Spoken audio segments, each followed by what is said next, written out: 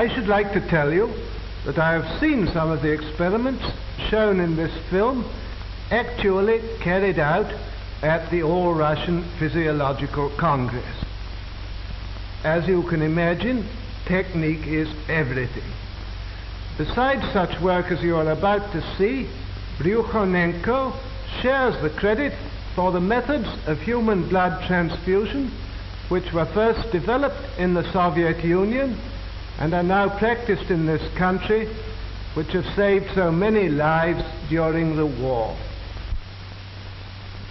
What enabled Soviet scientists to solve this problem? Long ago, science established the fact that animal organs and tissues isolated from the whole organism can be maintained in a living state. But in order to achieve this, special artificial conditions must be created.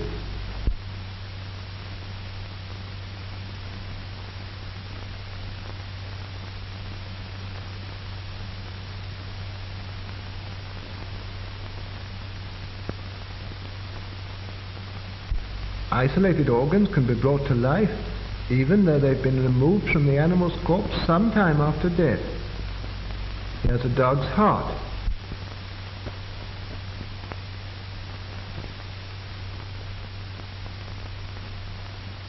It can function as well in artificial conditions as in a living organism, and for this purpose blood is introduced into the cardiac vessels.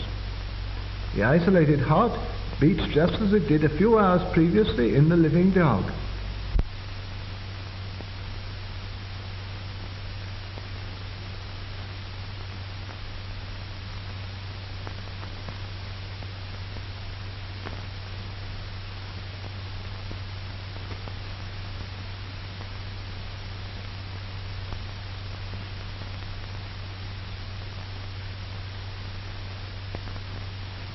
The following experiment is conducted on lungs taken from an animal.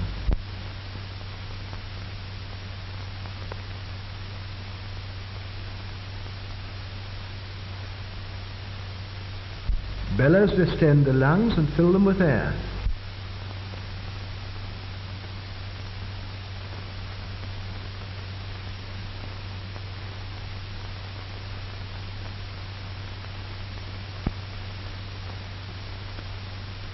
The venous blood is forced into the lungs by the action of the pump. The dark venous blood passes through this tube.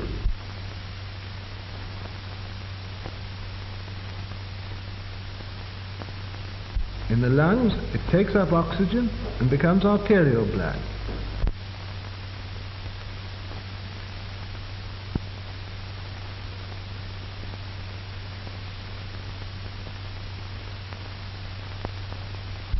The isolated lungs breathe, producing the same chemical changes as in the living animal.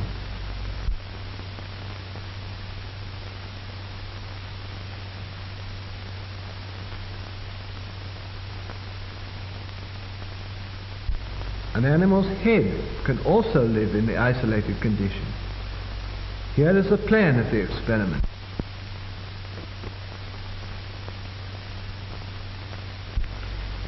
The arterial pump takes arterial blood from the reservoir to the head, while the venous pump drains off the venous blood.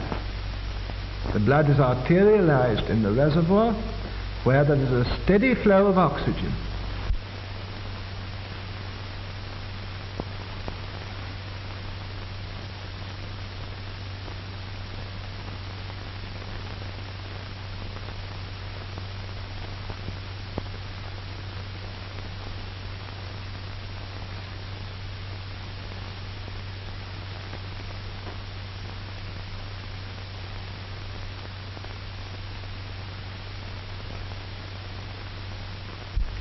The artificial blood circulation ensures the metabolism necessary for the life of the head.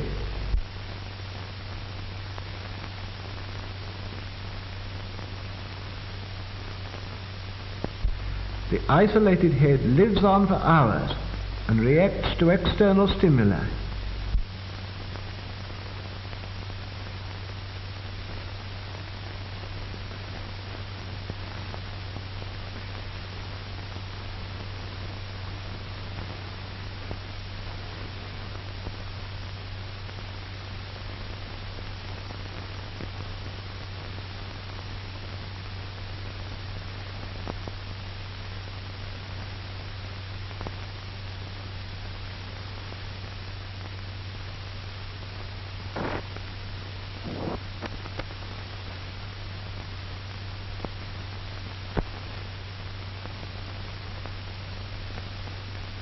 The isolated head even reacts to light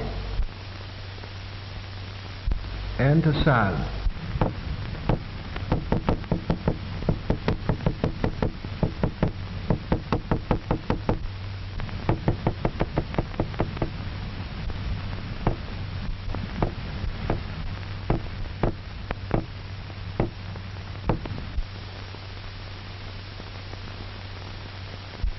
The revival of individual organs enabled scientists to proceed to experiment on reviving the whole organism.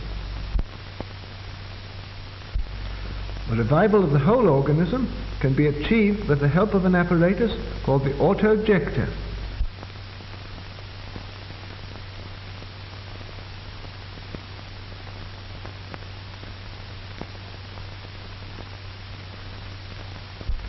The auto-ejector carries out the functions of the heart and lungs.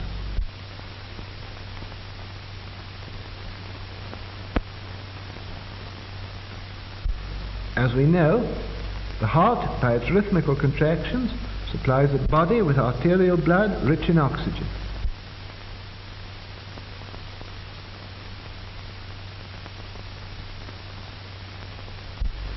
After losing its oxygen, the blood returns to the heart through the veins.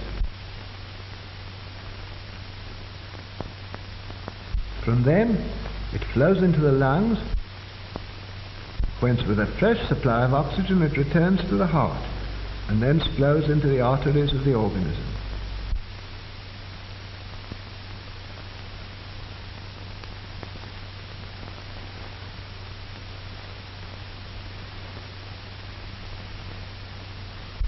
The auto-ejector works on the same principle. The apparatus includes a system of pumps for supplying blood and drawing it off.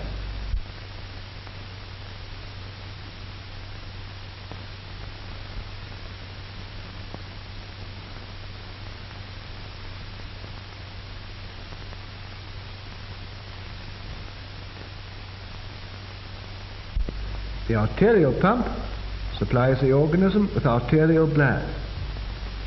When the blood has given up its oxygen, the venous pump draws it back into the reservoir. Here, just as in the lungs, it's enriched with oxygen and returns into the organism. The blood passing into the arteries of the body ensures the necessary metabolism. In this way, the auto-ejector can perform the work of both the heart and lungs.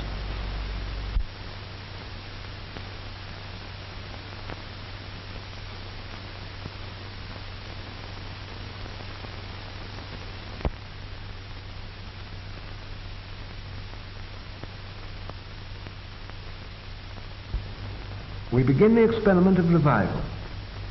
The experiment is carried out on a dog.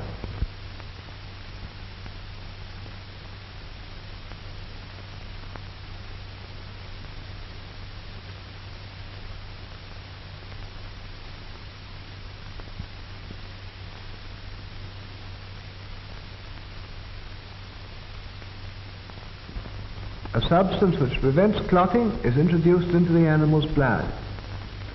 The dog is under an anesthetic. It doesn't feel pain. No interruption of the animal's normal functions has yet occurred.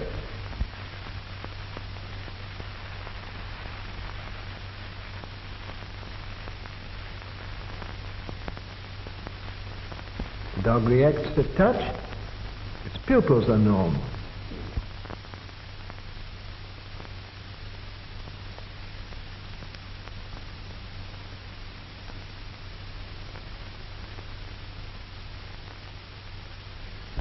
A special apparatus, the kymograph, registers the breathing and the function of the dog's heart.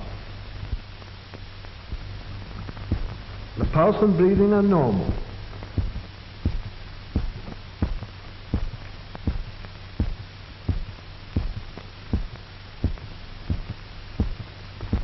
The experiment begins. All the blood is drained off through the carotid artery.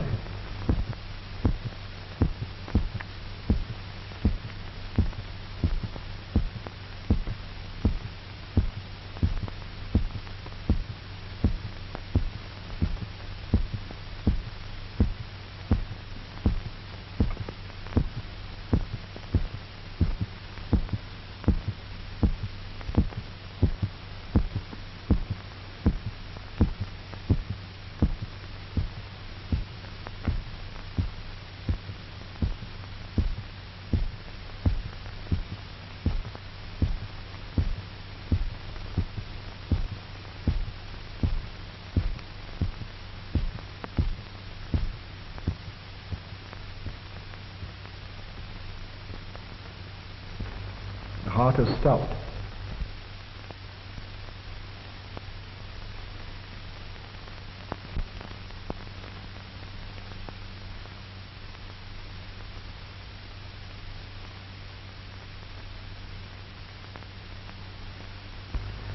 This is one of the animal's last gasps.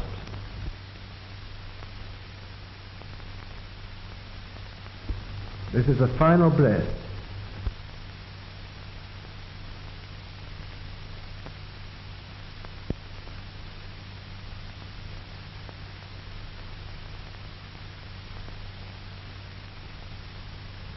The dog is dead.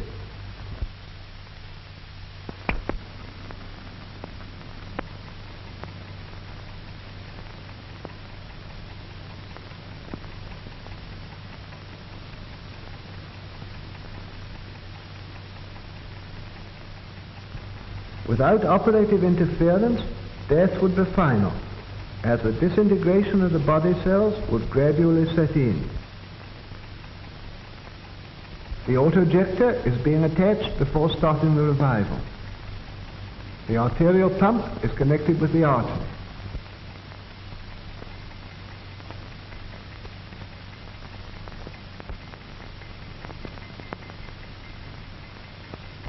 The venous pump is connected with the vein.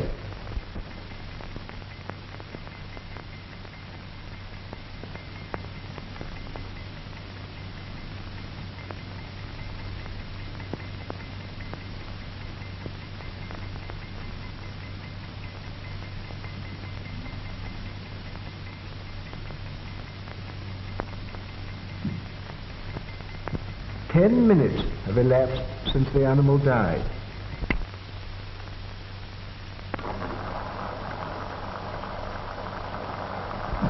The blood removed from the animal is pumped back into its vessels by the auto-ejector.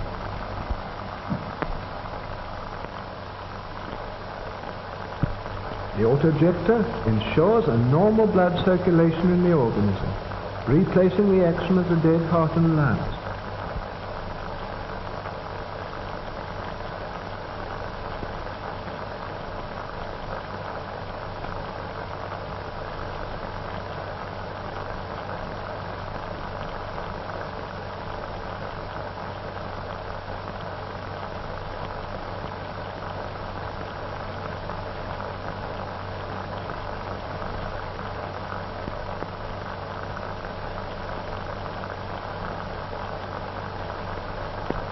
The artificial blood circulation gradually induces the heart to start beating again.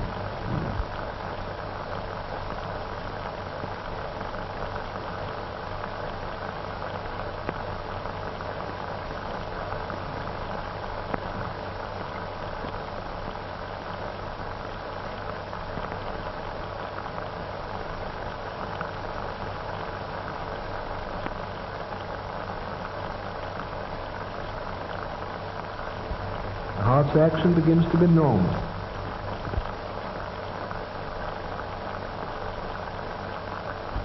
First sign.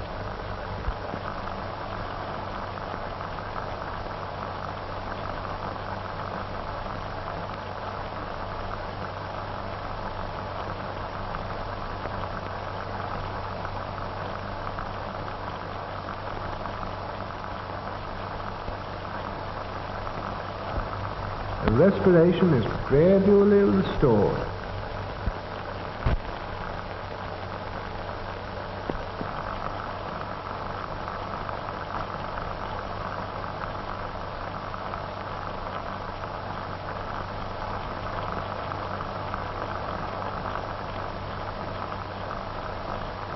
The dog breathes more normally and evenly.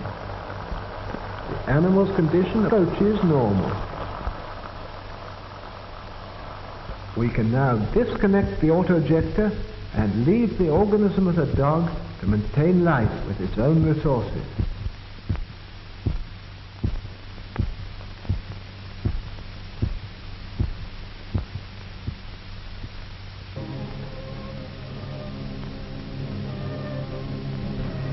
The dog soon shakes off the effects of the anesthetic.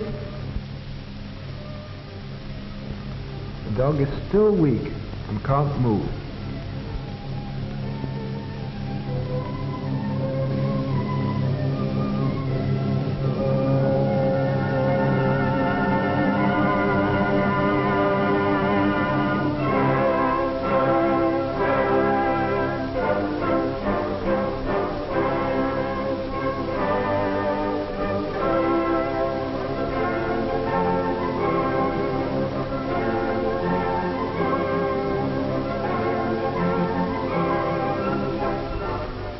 After 10 to 12 days, the dog returns to its normal state.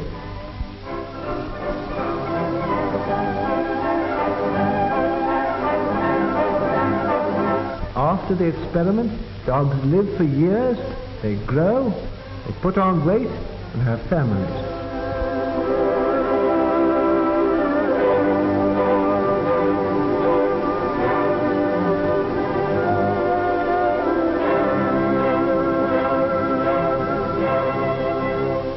For a number of years now, 3 dogs have been under observation in the Voronezh Medical Institute after being revived by artificial blood circulation.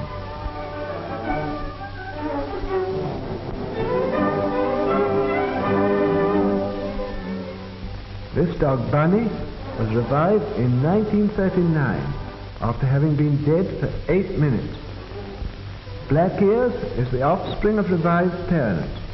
She herself was revived in 1939 after 11.5 minutes of death. Naida was revived in 1938 after 15 minutes of death.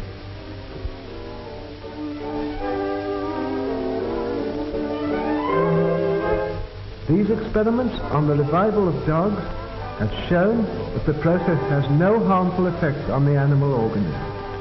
The question of the revival of animals is one of the most interesting problems in physiology today. Experiments on revival have added to the valuable store of our knowledge of experimental medicine.